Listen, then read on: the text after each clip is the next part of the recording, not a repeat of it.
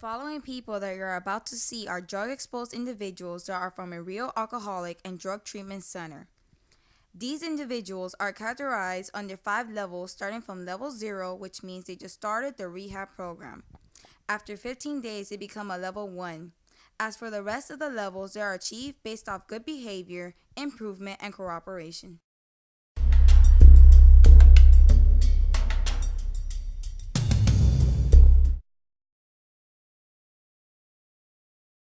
What substance abuse have you been exposed to? I've been exposed to cocaine, alcohol, and marijuana, and something they call in the streets as roofies and pills. Okay. And how has it impacted you? It has impacted my whole life. It has got me kicked out of my house. It has lost me all the respect to my mother and my father. And it has me doing crazy things that's in my life that's unbelievable. That's why I end up being homeless at this time right now. And are you suffering from or really have any health problems now because of that? Or? No, right now my health is 100% good. You know, I got a couple of appointments that I set up with the doctor about my eyes and stuff because I was born with an eye that goes over here. So now I'm trying to take the heat to like fix it right now. And are you aware of any family medical problems that runs? No. No?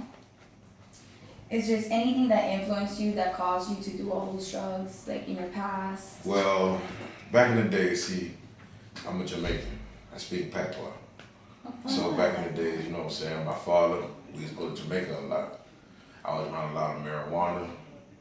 I was with people like Shabba Ranks, Bounty Killer, stuff like that. So I ended up joining the Jamaican Mafia. That was over there. I ended up doing a long run with them for a long, very time. I owned a house, you know, a lot of money. It just, I was involved around drugs.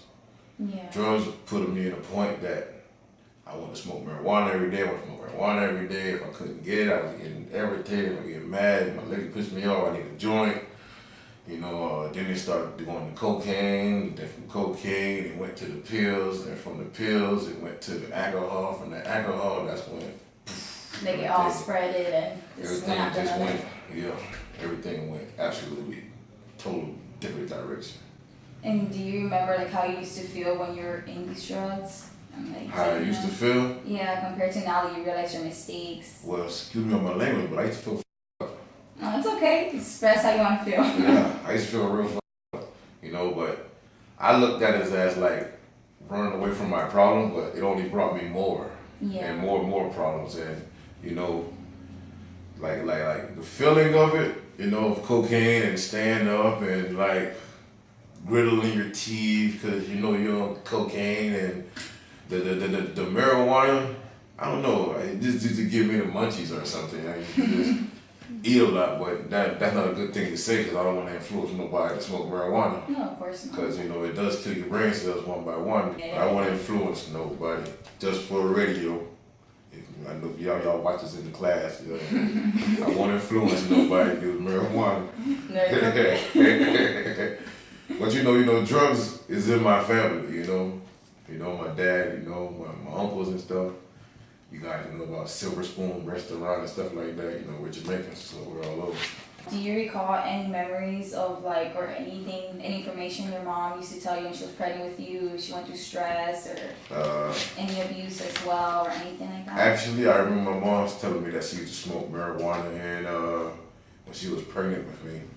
And I think that's where it came from a little bit of the, you know, marijuana smoking that she had going on with her and my dad. Do you notice that you have any habits when you're in uncomfortable situations or stress, like nail biting or anything? Yeah, like now, when I'm uncomfortable now, my bad ego tells me, leave the program. Go ahead, find your bag of weed, go find some coke. You know, your family out there though, they might see you and they're gonna be like, why did you leave the program? You know what I mean? Like, you know what I'm saying? My wife, she comes up here and she's happy to this day that I'm in this program because I'm getting myself together because she knows the typical and differences that I'm going through out there with her as being a father, you know? Do you mind sharing what substance abuse have you been exposed to? I was recently exposed to heroin and crack. And how has it impacted you, like being exposed to these substances? Took everything away from me. Um, Not just the material stuff, but mentally and emotionally and spiritually, it emptied me out. It drained me. Where nothing mattered, nothing was important to me but the drug itself at that time. And how, compared to like how you used to feel back then to now, how do you see any difference? Do you feel different? Oh yeah, yeah. I didn't. When you take that type of drug, there's just you really don't want to wake up. You don't want to look at another day because each and every day has its own torture, its own living hell. And are you aware of or suffering from any health problems now because of that? Depression, majorly. So many years of abuse of drugs and alcohol, it's taken its toll on me. So I take anti-depression medication to help encourage me or lift me up, or we call it the happy pill. Okay. So other than that, physically I'm in great shape. I've been blessed by God, very fortunate. So, but it took a while for me to get myself physically back in condition because of the drugs. Drugs are do a lot. And do you notice any habits that you have when you're in uncomfortable situations or stressed or anything like that? I'm a very compulsive or obsessive type of guy, so anything that makes me feel good or uncomfortable, I can get very excited over. It can be a good or a bad feeling, doesn't matter.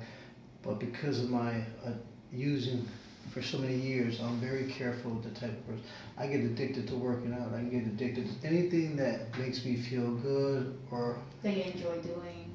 Anything. And it could be either negative or positive, so I have to always be mindful of what I do, that I don't do it excessively and abuse it. Yeah. So, because of the many years of using it, it's something that I have to stay aware of. What substance have you been exposed to? The substances that I was exposed to was heroin, cocaine, crack, marijuana, alcohol. Like, do you recall any memories like when your mom was pregnant with you, if she was exposed to these substances or? No, my anything mom like that? doesn't use drugs, and she really doesn't know much about addiction either, and about any of the drugs I use. So. Did she go through many stressful times or emotional moments throughout her pregnancy, or do you know anything like that? Probably, probably because I see. Yeah, she probably did. Yeah. Now that you mention it, I know like how her and my dad's relationship was, so pretty sure she went through a lot of stress. I was premature, and I don't know if that has anything to do with it, but I don't think it does. But that could have something to do with her being stressed out. And do you consider yourself like impulsive or more mellow, like your personality in a way? We'll see. Being impulsive and just having that obsessive compulsive behavior leads to making a lot of impulse decisions, and whether I'm using or not, those are behaviors I have to change slowly, and that's why we through this process we're told to get a sponsor, get somebody that can help us make decisions in life, so we don't act on impulse. Like a guidance. Yeah, so we don't act on impulse, because I tend to act on impulse. Everything I think I need to act on it and go ahead and do something about it, or change something, or change a job, or get into a relationship with some.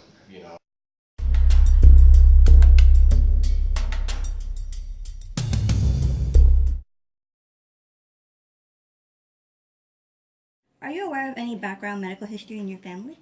Yes. Okay, would you like to? To elaborate, okay. My mom, she passed away from lung cancer. Okay. She'd been a smoker early in life, heavy. Then she stopped. The last smoke before the cancer was about 40 years difference. Not sure if there was a linkage.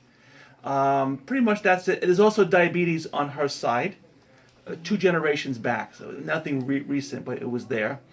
Dad's side, it was all heart problems. Pretty much there. Not so much the cholesterol issue, some of that, but the connectivity in the nerves, the fire in the heart, something really weird. So it's there. Me, nothing so far. Okay. Are you like active, energetic, anything like that? I consider myself the youngest kid here at the campus. So people know me. They usually hear me before I come. So I'm pretty physical as much as I can. Organized exercise, no. Trying to get back to, I've had some surgeries, some orthopedic surgeries. Try to get everything back together again. So hopefully soon, Efrat, my girlfriend, I'll get back to it. Okay. I was a firefighter, you can see up here. I was a soldier, and I can make a decision in a split second. Oh, okay. No problem. Okay. And how do you handle stress? I probably internalize it. I think about it, I try to analyze it, how to solve the problem. Whether it's my problem, student's problem, faculty problem, but that's most of the stress in my life is work related. And so just sitting home, thinking about it, I drive 30 miles each way to the campus. So yeah, I live in Coral Gables, so it gives me about half hour, sometimes 25 minutes, to get here and think about it and work the problem. Pretty much applying mental energy to solve the problem.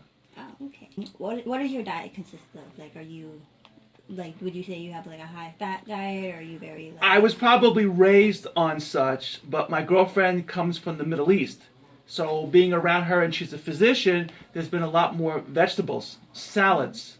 So it's still there. She still likes meat. We still eat bread, but probably there's a much higher percentage of vegetables in my diet.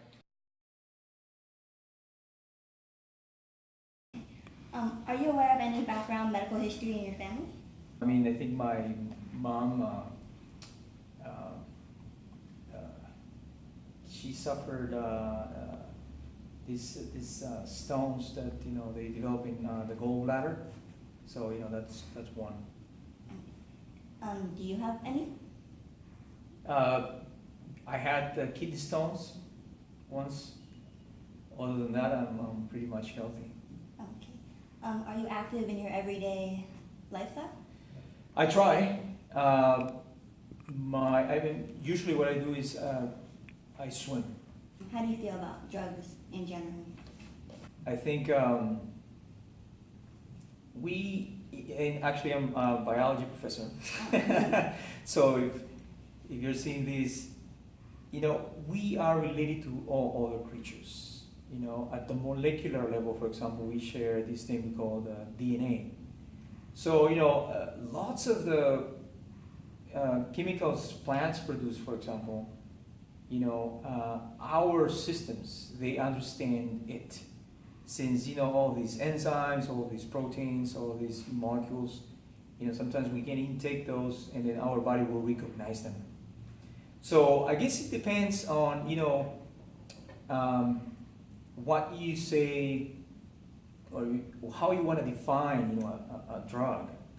If, there's an active compound that cures cancer, or that kills cancer cells, and you're using, some type of plant for that, and you call that chemotherapy, and you call it a drug, then, then you have a concept of that drug. If it's another type of drug, maybe, this, unfair, compounds now, like cocaine that I'm saying, then that's stuff to the body. I mean, even another, you can even talk now about, let's say, sugar. The amount of sugar that is being, put into our foods, which is, huge amounts of it. That, I don't know if to call it a drug or not, but it's kind of like a drug because it's creating, a metabolic disease. Since sugar actually can become a, you can become addicted to it. Yes, very quickly. Yeah, and that type of substance, again, I don't know if, some people may call it even a drug, but it's, when people study the brain of people addicted to cocaine, and then all of a sudden you give them sugar, you'll see that with an MRI, these images that you can get from the brain, the part of the brain that gets activated with the use of cocaine, that same part gets activated if you take a lot of sugar. And you become very addicted to sugar just as you would become addicted to cocaine in the same exact way. So that's why I'm talking about sugar as it could be even considered a drug now.